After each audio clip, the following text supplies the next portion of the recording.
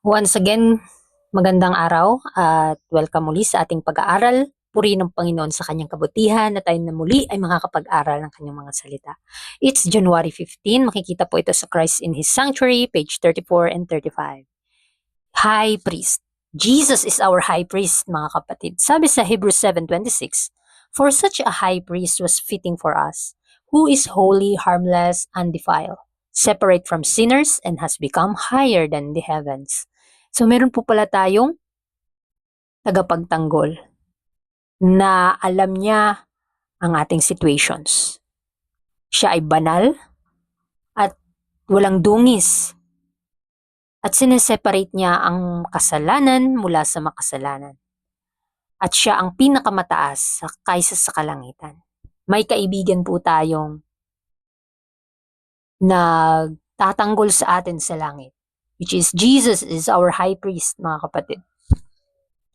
The command was communicated to Moses while in the mount with God. "Let them make me a sanctuary, that I may dwell among them." And full directions were given for the construction of the tabernacle.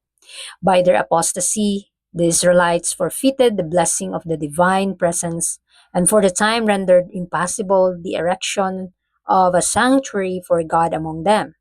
But after they were again taken into favor with heaven, the great leader proceeded to execute the divine command.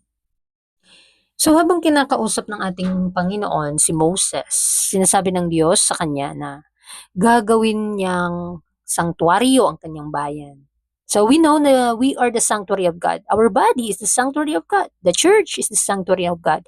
The home is the sanctuary of God. Nawa, atin pong i-welcome always si Jesus sa buhay natin, mga kapatid, para maipakita natin sa ating mga family and friends, sa ating mga kapatiran in church, at ito lamang ang magbibigay ng pagbabago sa bawat isa sa atin. Chosen men were especially endowed by God with skill and wisdom for the construction of the sacred building. God himself gave to Moses the plan of that structure, with particular directions as to its size and form, the materials to be employed, and every article of furniture which it was to contain. The holy places made with hands were to be figures of the true patterns of things in the heavens.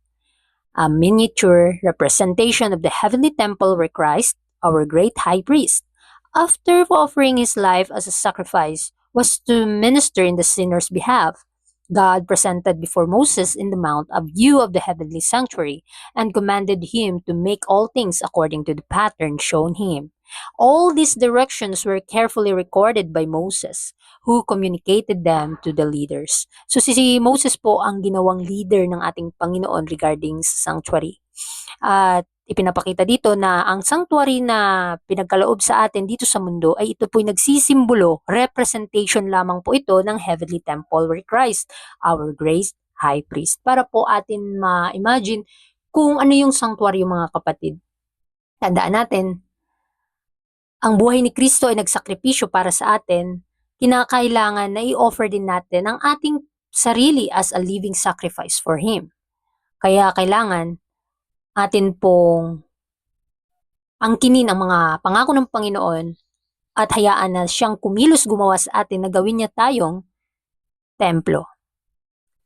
For the building of the sanctuary, great and expensive preparations were necessary. A large amount of the most precious and costly materials was required. Yet the Lord accepted only free will offerings. Of every man that giveth it willingly with his heart, ye shall take my offering, was the divine command repeated by Moses to the congregation. Devotion to God and the spirit of sacrifice were the first requisites in preparing a dwelling place for the Most High. So sa pagtatayo ng sanctuaryo noong panahon ni Moses, ay malaki po ang kahalagahan nito. Sa paghahanda ay kailangan ito'y napaka-importante.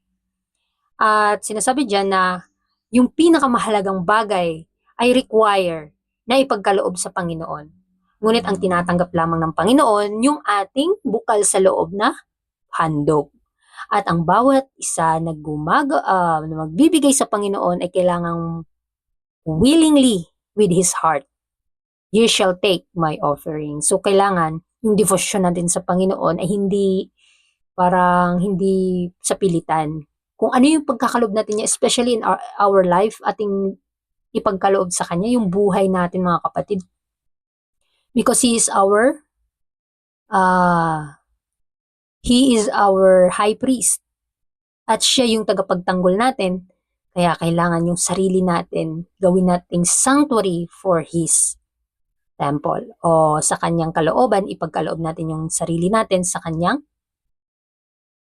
buhay. O sa kanyang gawain. All the people responded with one accord.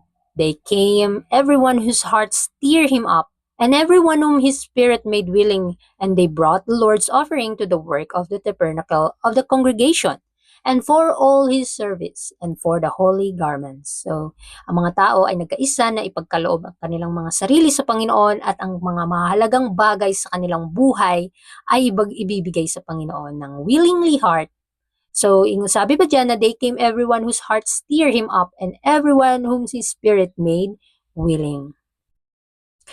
Kaya nga, ang katanungan sa atin sa ngayon, mga kapatid, does anything happening at your church stir your heart to give? So, habang tayo naglilingkod sa Panginoon, binigay po ba talaga natin ang wholehearted natin na pagserbisyo sa Kanya?